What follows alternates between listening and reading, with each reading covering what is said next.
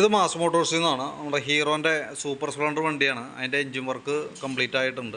അപ്പോൾ അതിന് നമ്മൾ മാറ്റിയേക്കണ പാർട്സുകളുടെ ഒരു ഡീറ്റെയിൽസ് ആണ് കേട്ടോ. നിലവിൽ ക്രാങ്ക് ഷാഫ്റ്റ്, അതേപോലെ തന്നെ സിലിണ്ടർ, പിസ്റ്റൺ ഇതൊക്കെ നമ്മൾ മാറ്റി പുതിയതാണ് സെറ്റ് ചെയ്തത്.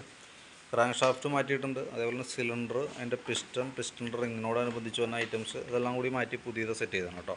അതേപോലെ തന്നെ ഗിയർ ബോക്സിൽ വന്ന ഗിയറിൻ്റെ ബെയറിങ്ങുകൾ, അതേപോലെ ക്യാം ഷാഫ്റ്റിൻ്റെ ബെയറിങ്, ക്രാങ്ക് സൈഡിലെ നീഡിൽ ബെയറിങ്ങുകളെല്ലാം തന്നെ നമ്മൾ ചേഞ്ച് ചെയ്ത് ക്ലിയർ ചെയ്തിട്ടുണ്ട്. പിന്നെ ഹെഡിനകത്തേക്ക് വരുമ്പോഴത്തേക്കും വാൽവ് കിറ്റ് മാറ്റിയിട്ടുണ്ട്, വാൽവ് ഗൈഡ് മാറ്റി റീസെറ്റ് ആക്കി എടുത്തിട്ടുണ്ട്.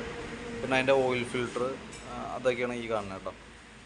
പിന്നെ ഉള്ളതെന്ന് പറഞ്ഞാൽ ഗിയറിൻ്റെ വീല്, തേർഡ് ഗിയറിൻ്റെയും ഫോർത്ത് ഗിയറിൻ്റെയും വീലുകൾ മാറ്റി പുതിയത് റീസെറ്റ് ചെയ്തതാണ്. അതേപോലെ തന്നെ എഞ്ചിനകത്ത് തന്നെ ക്യാം ചെയിൻ അതിൻ്റെ പാഡ് കാര്യങ്ങളൊക്കെ മാറ്റിയിട്ട് പുതിയത് സെറ്റ് ചെയ്തതാണ്. അതായത് ടെൻഷനർ മാറ്റിയിട്ടുണ്ട്. പിന്നെ ക്ലച്ചിൽ വന്ന ഫ്ലവർ നട്ട്, ക്ലച്ചിൻ്റെ ആ സ്പെഷ്യൽ നട്ടാണ് ഫ്ലവർ നട്ട്, അത് വെട്ടിയൊക്കെ അഴിച്ചേക്കണത് കൊണ്ട് തന്നെ വേറെ വർക്ക്ഷോപ്പിൽ വർക്ക് ചെയ്ത സമയത്ത് അത് മൊത്തം വെട്ടിരുമ്പൊക്കെ വെച്ചിട്ട് വെട്ടിയാണ് അഴിച്ചേക്കണേ.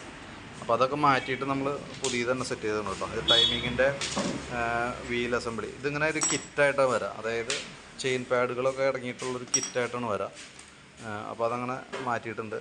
ടെൻഷനറും കൂട്ടത്തിലൂടെ മാറ്റിയിട്ടുണ്ട്. അതേപോലെ തന്നെ ക്ലച്ചിനകത്ത് തന്നെ ക്ലച്ച് ഡിസ്ക് പ്ലേറ്റ് അതിനോടനുബന്ധിച്ച് സംഭവം മാറ്റിയിട്ടുണ്ട്. പിന്നെയുള്ളത് എഞ്ചിന് വന്ന അതിൻ്റെ ഓയിൽ സീലുകളാണ്. ഓയിൽ സീലൊക്കെ മാറ്റി ക്ലിയർ ചെയ്തിട്ടാണ്. ന്യൂട്രൻ്റെ പിന്ന് കാര്യങ്ങളൊക്കെ ചേഞ്ച് ചെയ്തിട്ടുണ്ട്. ക്ലച്ച് ക്യാമിൻ്റെ ഓറിങ് തുടങ്ങിയിട്ട് അതിനോട് എല്ലാ ഭാഗങ്ങളും തന്നെ അത്യാവശ്യം റീഫ്രഷ് ചെയ്തിട്ട് ക്ലിയർ ആയിട്ട് നമ്മൾ ചെയ്തിട്ടുണ്ട്. അപ്പോൾ അതിനകത്ത് നമുക്ക് ഇതിന് വാറണ്ടി പറയുന്നത് 1 ഇയറാണ്. 1 വർഷം വാറണ്ടിയാണ്. അതേപോലെ തന്നെ 12,000 കിലോമീറ്റർ, 1 വർഷം അല്ലെങ്കിൽ 12,000 കിലോമീറ്ററാണ് അതിൻ്റെ വാറണ്ടി പീരീഡ്. അതിനകത്ത് നമുക്ക് 3 സർവീസോ വരാം. 3 സർവീസ് എന്ന് പറഞ്ഞാൽ ഓരോ 4 മാസം കൂടുമ്പോഴാണ് സർവീസ് വരാം.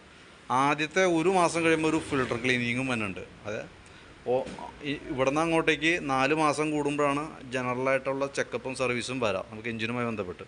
ഫസ്റ്റിലത്തെ ഒരു ഓയിൽ ചേഞ്ച് മാത്രം നമ്മൾ നേരത്തെ ചെയ്യേണ്ടതായിട്ടുണ്ട്. അതൊരു 1000 കിലോമീറ്റർ, അതല്ലെങ്കിൽ ആദ്യത്തെ 1 മാസം, അതാണ് അതിൻ്റെ പീരീഡ് പറയാം. അത് നമ്മൾ നിർബന്ധമായിട്ടും ചെയ്യണം. കാരണം എന്താ വെച്ചാൽ നമ്മളത് ഫുൾ ക്ലീൻ ചെയ്യുന്ന സമയത്തൊക്കെ അത്യാവശ്യം പൊടി കാര്യങ്ങളൊക്കെ ഓൾറെഡി ഇതിനകത്ത് ഉണ്ടാവും. അതായത് ഓയിലൊക്കെ മിക്സ് ആവാനായിട്ടുള്ള സാധ്യതയുണ്ട്. നമ്മളിപ്പോൾ തുടച്ചിട്ടുള്ള പൊടിയൊക്കെ ഉണ്ടാവും. അതൊക്കെ ഈ ഫിൽറ്ററിനകത്ത് വന്ന് ബ്ലോക്ക് ആവും. അപ്പോൾ അതൊക്കെ നിർബന്ധമായിട്ട് നമ്മളത് ക്ലീൻ ചെയ്താൽ തന്നെയാണ് അത് കറക്റ്റ് ആവുള്ളൂ കേട്ടോ. അപ്പോൾ അതുകൊണ്ടാണ് നമ്മൾ എടുത്ത് പറയണതിൻ്റെ കേസ്. അത് നിർബന്ധമായിട്ടും ചെയ്യണം. അതേപോലെ തന്നെ ഈ 3 സർവീസുകളും കറക്റ്റ് ആയിരിക്കണം. അതാണ് നമ്മുടെ വാറണ്ടിയുമായി ബന്ധപ്പെട്ട് പറയുന്ന ടേംസ് ആൻഡ് കണ്ടീഷൻ എന്ന് പറയുന്നത് കേട്ടോ. അത് കറക്റ്റ് ആണെന്നുണ്ടെങ്കിൽ നമുക്ക് കൃത്യമായിട്ട് എന്തെങ്കിലും കംപ്ലയിൻറ്റ് എന്തെങ്കിലും വന്നാൽ നമുക്ക് ഓൾറെഡി വാറണ്ടി പ്രൊവൈഡ് ചെയ്യുന്നത്. അപ്പോൾ അതിന് നമ്മൾ ചെയ്യേണ്ട വർക്കുകളുടെ ഡീറ്റെയിൽസ്, അതായത് ഏകദേശം കിലോമീറ്റർ, ഡേറ്റ് കാര്യങ്ങളൊക്കെ കറക്റ്റായിട്ട് നമ്മൾ എഴുതി തരാം. അതൊന്ന് ഫോളോ ചെയ്ത് കറക്റ്റ് ചെയ്യാം. നമുക്കത് കറക്റ്റായിട്ടൊന്ന് ഫോളോ ചെയ്ത് പോകുകയാണെന്നുണ്ടെങ്കിൽ എഞ്ചിനൊക്കെ നല്ല ലൈഫ് കിട്ടും. അത് പ്രത്യേകം ശ്രദ്ധിക്കുക. ഓയിൽ ഫിൽട്ടർ ക്ലീനിങ് ഒക്കെ നമ്മൾ ഓരോ 2 ഓയിൽ ചേഞ്ച് കഴിഞ്ഞ് 3ാമത്തെ ഓയിൽ ചേഞ്ച് ചെയ്യുമ്പോഴും ഓയിൽ ഫിൽട്ടർ, റോട്ടർ ഫിൽട്ടറൊക്കെ നിർബന്ധമായിട്ട് ക്ലീൻ ചെയ്യുക. കാരണം എന്ന് വെച്ചാൽ ഓൾറെഡി ഒരെണ്ണം നമുക്ക് ഇതിനകത്ത് ചെയ്യേണ്ടി വരും ഈ 1 വർഷത്തിനുള്ളിൽ. അടുത്ത കൊല്ലമായാലും നമ്മൾ ചെയ്യുമ്പോൾ അത് കറക്റ്റായിട്ട് ഫിൽട്ടറൊക്കെ കറക്റ്റായിട്ട് ക്ലീൻ ചെയ്ത് പോവുകയാണെങ്കിൽ തന്നെയാണ് നമുക്ക് എഞ്ചിൻ ലൈഫ് കിട്ടുള്ളൂ. അപ്പോൾ നിലവിൽ അത് കറക്റ്റ് അല്ലായിരുന്നു. അതൊക്കെ ആയിരിക്കാം നമുക്ക് ഈ എഞ്ചിൻ വർക്ക് ചെയ്തിട്ട് ഒരു 30,000-ഓളം ആയപ്പോഴത്തേക്കും വീണ്ടും കംപ്ലയിൻറ്റ് വന്നതിൻ്റെ ഒരു റീസണൊക്കെ അതാണ് കേട്ടോ.